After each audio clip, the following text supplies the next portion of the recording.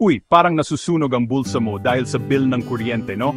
Alamin natin kung bakit parang ginto ang bayad natin. Una, yung mismong paggawa ng kuryente.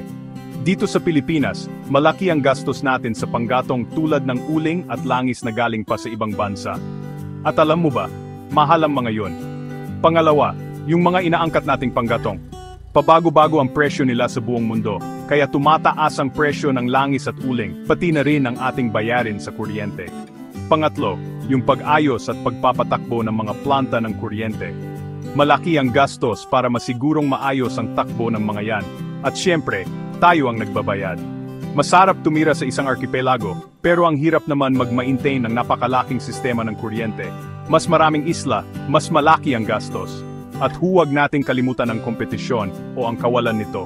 Kapag konti lang ang gumagawa ng kuryente, wala masyadong kompetisyon, kaya mataas ang presyo. Aray ko po, malaking parte rin ng ating bayarin ang transmission at distribution charges. Mahal ang pag-maintain ng mga linya at substations ng kuryente. Mainam sana kung puro solar at wind energy na lang ang gamit natin. Pero malaki ang kailangan na puhunan para diyan. Hindi pa tayo handa para diyan. Pati na rin ang mga buwis at singil ng gobyerno tulad ng VAT at universal charges. Ang bilis nilang dumagdag sa ating bayarin. Huwag din nating kalimutan ang kakulangan sa supply ng kuryente. Kapag kulang ang supply, mataas ang demand, kaya tumataas ang presyo. Paikot-ikot lang. At panghuli, ang hindi maayos na paggamit ng kuryente. Yung mga lumang appliances at hindi magandang gawi sa paggamit ng kuryente, nakakadagdag din sa ating konsumo. Ilan lang yan sa mga dahilan kung bakit ang taas ng ating bayarin sa kuryente. Maging maalam tayo at sama-sama nating isulong ang mas maayos na solusyon para sa ating kuryente. Kumusta? Ngayon, pag-uusapan natin ang pinagmulan at kasaysayan ng power factor, isang mahalagang konsepto sa electrical engineering. Ang power factor ay isang sukatan kung gaano ka-epektibo ang isang electrical system sa paggamit ng kuryente. Ito ay ang ratio ng real power na ginagamit sa paggawa ng trabaho sa apparent power, ang kabuuang enerhiya na kinukuha mula sa power source.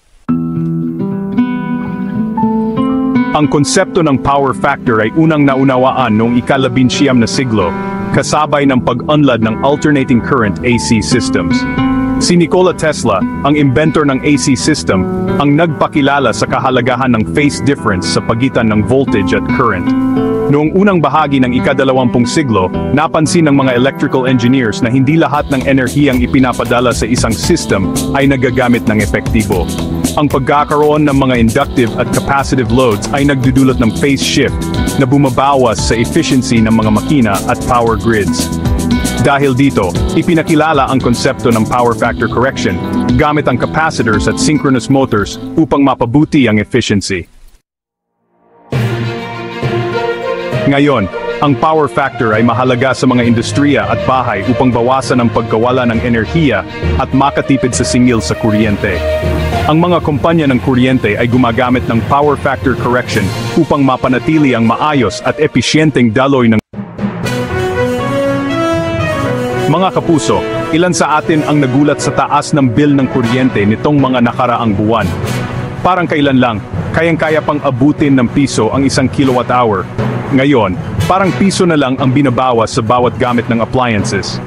Kaya naman ngayong gabi, alamin natin ang isang solusyon na hindi lang makakatulong sa bulsa, kundi makakabuti rin para sa ating kapaligiran.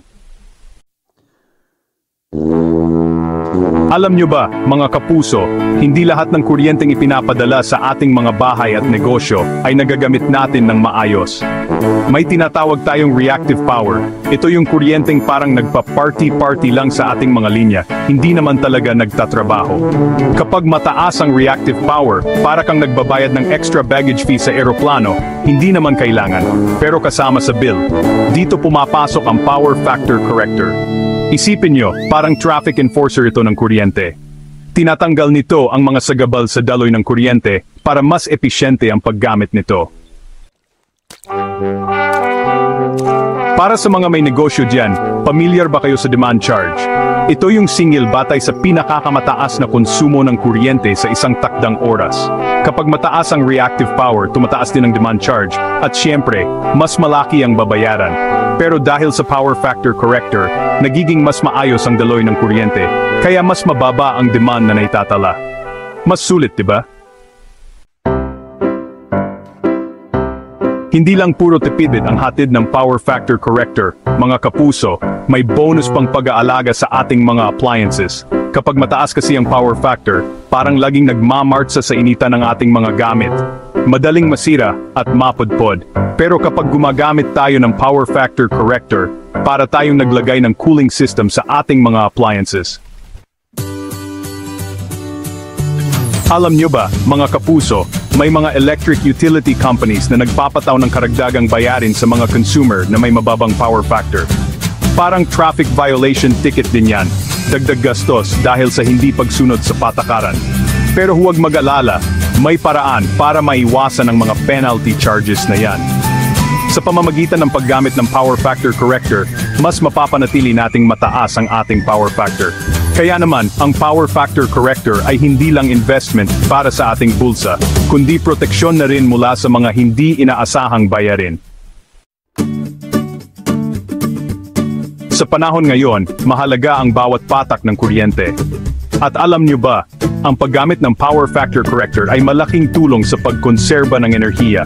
Dahil mas episyente ang paggamit natin ng kuryente, mas kaunti ang pangangailangan mula sa mga power plants. Ibig sabihin, mas kaunti ang carbon emissions na ating naipapalabas sa kapaligiran. Kaya naman, ang paggamit ng power factor corrector ay hindi lang pagiging wise sa pagbabayad ng kuryente, kundi pagiging responsableng mamamayan din na tumutulong sa kalikasan. Sa madaling salita, ang power factor corrector ay isang mahusay na solusyon para sa mga bahay at negosyo na gustong bawasan ang singil sa kuryente, pahabain ang buhay ng kanilang appliances, at maging mas episyente sa paggamit ng enerhiya. Kaya naman, huwag na tayong magpatumpik-tumpik pa. Alamin natin ang tungkol sa power factor corrector at simula na ang pag-iimpok ng kuryente at pag-aalaga sa ating planeta. Kuryente sa grid. At diyan nagtatapos ang ating maikling kasaysayan ng power factor. Kung may tanong kayo, i-comment lang sa ibaba. Huwag kalimutang i-like at i-share ang video na ito. Salamat sa panonood.